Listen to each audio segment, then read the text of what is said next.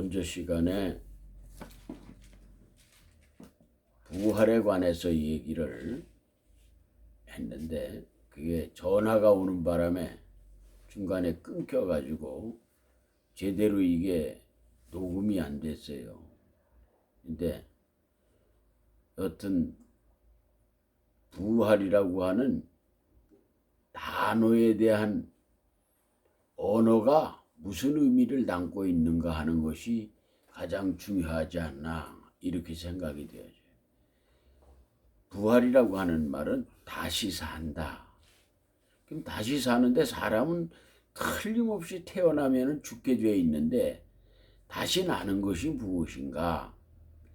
그게 이제 사람이 거듭 태어나는 것을 어머니 모태에 다시 들어갔다 나와야 되느냐 하는 니고데모의 질문이 이 예수님과의 그 질문 가운데 이것을 의구심을 가졌던 것처럼 예수쟁이들도 지금 다시 부활한다고 하는 말을 이해하지 못하여 사람이 죽으면 영혼이 죽지 않고 그 영혼이 산다고 하는 것은 다 이해를 해. 그래서 예수를 믿지 않는 사람도 영혼이 안 죽는다고 그래. 결국 예수를 믿는 사람은 이 천상에 가가지고 편안하게 낙원에 있는 것처럼 그렇게 얘기를 하고, 그렇지 않으면 불구덩이에 빠져가지고 허우적거린다. 영적인 세계에는 육체가 있을 때는 고통스러움도 있고 뜨거움도 있고 차가움도 있지만은 영적인 세계는 뜨겁고 차갑고 한 게 없는 거예요. 그 세계를 유기적인 사고를 가지고 비물질 세계를 물질화하는 이 정신을 같은 맥락에서 생각하다 보니까 용어 자체가 그렇게 만들어지는 거예요. 단어가. 이것을 이해하는 공간적 이동설에 관해서만 얘기를 하지, 영혼은 어떤 좌소에 묶여있으면 영혼이 안 되는 거예요. 영혼이라고 하는 것은 어느 좌소에 묶이는 게 아니에요. 그런데 유기적 생각을 가지고 이 몸이 있을 때 몸은 공간적 이동이라고 하는 것을, 이게 이쪽에 있다가 저쪽으로 가고 저쪽에 있다 이쪽에 오고 여기 앉았다 올라가고 내려가고 하는 그런 것이 있지만은 유기적이 아닌 영적 세계, 비물질 세계는 그런 게 없는 거예요. 근데 그걸 같은 맥락에서 생각하는데 예수께서 성경을 가리키실 때 사람들에게 늘 뭐냐면 세상에 보는 것으로 말하여도 너희가 알지 못하거늘 어찌 보이지 않는 세상을 얘기하겠느냐, 이런 얘기하면서 사람이 땅의 것을 말하여도 너희가 알지 못하거늘 어찌 하늘의 것을 말하겠느냐 그랬어요. 예, 땅의 것으로 얘기해도 이해를 하지 못한다는 말이에요. 우리 지원이가 기도를 잘 못하는 이유는 기도를 습관화적으로 많이 하지 않기 때문에 기도줄이 잘 잡히질 않는 거예요. 이게 뭐냐면 기도도 어느 유행가를 부를 때, 어느 노래를 부를 때 그 노래가 가사가 익숙하고 그 음정이 잡혀 있고 박자가 익숙해지면은 잘 부르게 돼 있어요. 근데 그걸 처음 하면은 잘 못하는 것처럼 기도도 마치 그와 같은 거예요. 하나님 앞에 기도를 많이 한 사람은 뭐가 돼? 주 안에서 성령으로 하기 때문에 잘 하게 돼 있는데, 그렇지 못하고 인간적으로 하려고 하니까 기도가 잘 안 되는 거예요. 근데 일반의 달병가들도 소위 말하면 이 세상에서 이 연설도 잘하고 말도 잘하는 이런 교수들이 기도를 잘할 것 같은데 기도를 못 하잖아요. 그건 왜 그러냐면 늘 숙달된 주님과의 그 교감 속에 이 기도를 많이 하지 않으면 그게 이루어지는 게 아니에요. 그와 마찬가지로 이 지식이라고 하는 게 얼마나 중요하고 무서운 거냐면, 지금 소위 말하면 문재인이라고 하는 사람은 어떻게 돼? 생각의 사고를 바꾸지 못해. 역사 인식이 잘못되어 있으니까 이 모든 국가의 행사 때 보면 그걸 잘못하고 있다 이 말이야. 역사 인식이 잘못되어 있어. 4.3 사건만 하더라도 그건 그런 게 아니야. 나는 백선엽 씨나 저 김동석 씨한테 직접 들은 얘기가 있어. 그 양반들이 그 토벌 작전에 나가서 현장에서 지휘했던 분들인데 그분들 얘기면 전날 밤에 다 그게 봉합불이 다 올라가고 그냥 뭐 아주 난리가 났었대. 그 역사의 현장에 있었던 사람들의 얘기고 그걸 진두지휘하고 소대장을 하고 중대장을 했으니까 그 속에서 일을 군인의 이 옷을 입고 했던 분들의 얘기를 내가 들었다 이 말이야. 국방대가 토벌을 나갔다가 한 일개 소대가 몽땅 죽었대.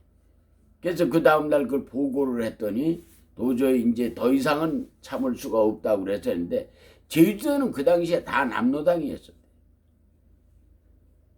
이 소위 말하면 만약에 그 당시에 그대로 놔둬뒀다면 우리나라도 적화통일이 돼가지고 결국은 이북처럼 됐고 못 사는 나라가 됐을 거예요.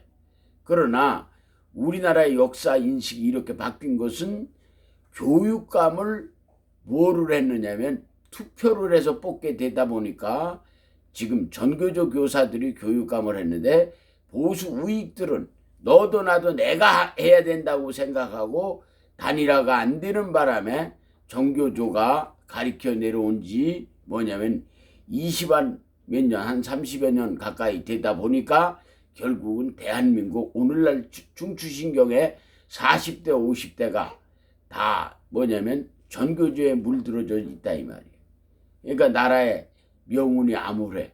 예수 그리스도가 십자가에 못 박혀 달리실 때도 뭐냐면 유대인들은 이 바나바를 풀어주고 예수 그리스도를 십자가에 못 박으라고 하는데 그 베드로가 멈칫멈칫하니까 나는 이에게 죄를 찾지 못했다고 그러니까 그것을 예수를 죽이기 위해서 그 죄가는 우리와 우리 후손에게 돌려달라고 해서 이스라엘 백성들이 유대인들이 뭐냐면 몇천 년 동안 나라 없는 서름 속에서 세계를 무대 삼아 방랑하면서 살아갔다 이 말이에요. 결국은 그 사람들은 어마어마한 사람들이 많이 죽었어요. 그건 왜냐면 그 예수 그리스도 하나를 십자가에 잘못된 사고를 가지고 죽임으로 말미암아 인류의 구속사는 이루어졌지만은 그 유대인 민족들이 자기네가 그 죄과를 감당하느라고 엄청난 희생을 치렀다 이 말. 대한민국도 지금 오늘날 젊은이들이 어떤 문제가 될 거냐. 저들이 선택한 문제야. 이건 뭐냐면 머지않은 장래에 대한민국은 암울한 지경에 빠진다 이 말이야. 암울한 지경에 빠지는 이유 중에 하나는 왜냐면 잘못된 선택은 뭐냐면 그 백성이 짊어지게 돼 있어요. 그 백성이 짊어진다고 하는 것은 고난의 시작이 된다 이 말이야. 이 부정이라고 하는 것은 엄청나게 무서운 거예요.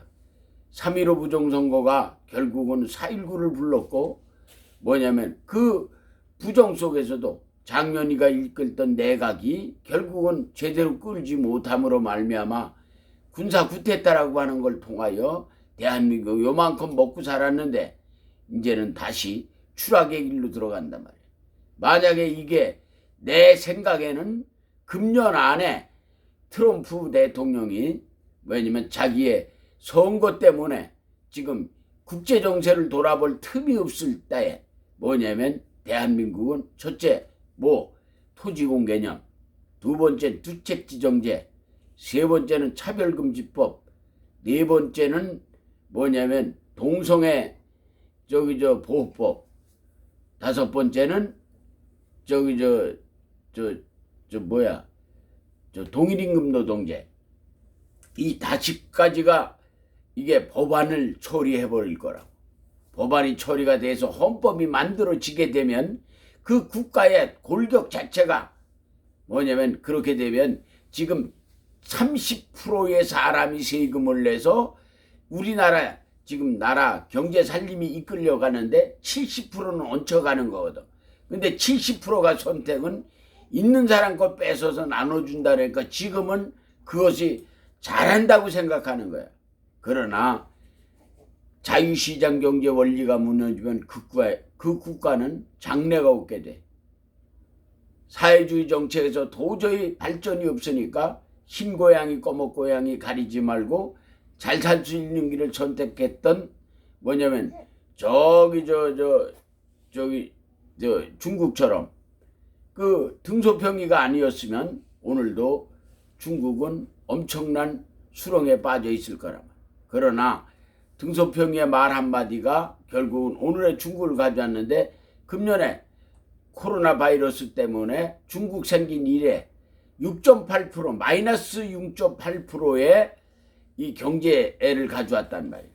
대한민국이 만약 6.8% 7%의 마이너스를 가져오면 곤경에 처해지고 애들 우유값도 못 주는 그런 세상이 온다 이 말이야. 베네수엘라가 미국이 손을 놨을 때 결국은 어떻게 돼? 베네수엘라는 무너지게 됐고 1불이 7,000원대에 올라가서 돈을 한 짐 지고 가야 화장지를 한 보따리 살 수 있는 그런 나라가 됐다 이 말이야.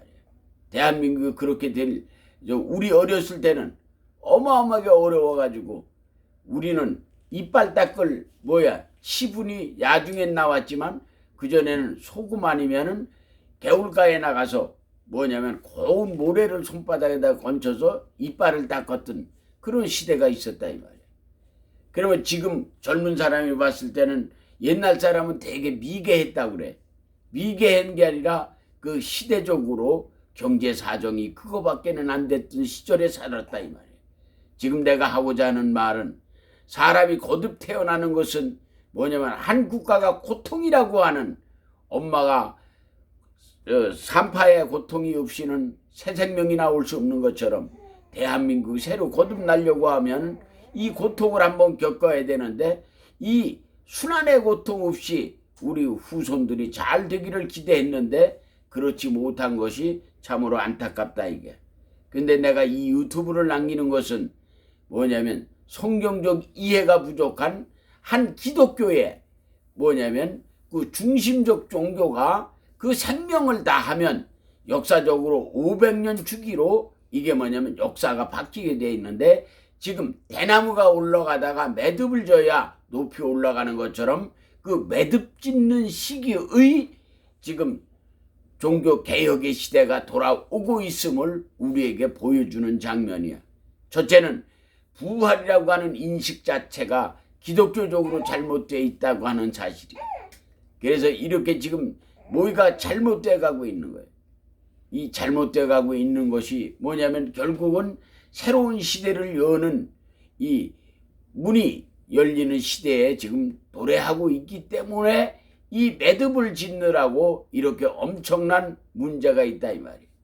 문제가 있는 사람이 문재인이 대통령이 되니까 이 나라는 그 매듭이 새롭게 지어지고 지금 저들이 엄청난 이게 부정이 숨어 있는데 그거를 깨우치지 못하고 있다 이 말이에요. 눈 가리고 앙호하는 식의 정치는 오래가지 못합니다. 분명히 새로운 시대가 열리는 그 부활에 기치는 기독교인들이 바르게 인식하고 바르게 깨닫고 바르게 알아야 된다 이 말이야. 기독교는 문명의 종교인 거는 사실이지만 이 문명 속에 보여지는 세계가 보여지지 않는 세계의 지배를 받는다고 한 정신이 육체를 지배하는 것처럼 그런 원리가 뒤바뀌는 기독교가 되기를 간절히 바라는 마음이 오늘날 내가 이게 남기고 가는 유튜브의 한 소절이 새롭게 시작하는 계기가 되기를 간절히 축원합니다. 기도합니다. 좋으신 주님 고맙습니다. 허락하신 은혜와 섭리를 따라 새로운 승리자의 사명이 무엇인가를 깨우치게 하시고 부활이라고 하는 거듭남이 새롭게 시작하는 그 원리가 무엇을 가르쳐 주는가를 기억할 수 있도록 축복해 주옵소서. 예수님의 이름으로 간절히 기도하옵나이다. 아멘.